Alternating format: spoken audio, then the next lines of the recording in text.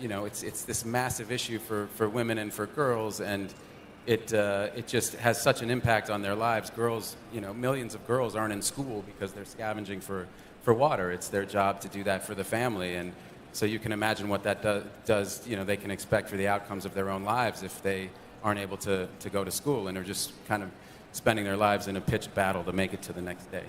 It would be about $200 billion a year for 5 years and our current budget, I think, is something like $8 billion. We're not going to get there even with our foreign aid and all everybody digging into their pockets. So we need to come up with creative and innovative kind of ways to do this. We call water credit, was basically taking the concepts of microfinance developed by Muhammad Yunus and applying it to the water sector. So it's actually an income-enabling loan. In these kind of urban and peri-urban areas, the municipality is piping water right under the feet of these slums, and people aren't connected to that infrastructure. They're actually going and spending a lot more money buying water from a water vendor. So they're paying more money. The poor are paying more for water than the middle class in a lot of these areas. And so Gary had this insight that, okay, well, these people are paying. They have no savings, but they're paying every day.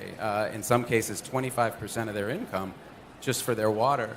And so he said, well, if we could front them the money for a connection to their house, they wouldn't have to leave their job and go stand in this line for 4 hours with their jerry can and fill their jerry can, which is obviously tremendously unproductive. In fact, they could stay working at their job and have this household connection, and they'd quite easily be able to pay off this loan. And we've now reached 5.5 million people with these loans, and they pay back at 99%. Spent the aid coming in, it's involving the community. They're participating in their own solutions, and that's really why it works so well. Looked me right in the eyes, and she said, "I'm going to play." And it just buckled my knees, because I just thought, that's exactly what she should be doing, and that's exactly what all these kids should be doing, and not scavenging to make it to the next day, or not being kind of robbed of any opportunity to hope for better things for themselves, or not going out and waiting for dark to find a place to defecate out in the open and risk being assaulted by somebody, but a predator who's out there waiting for you.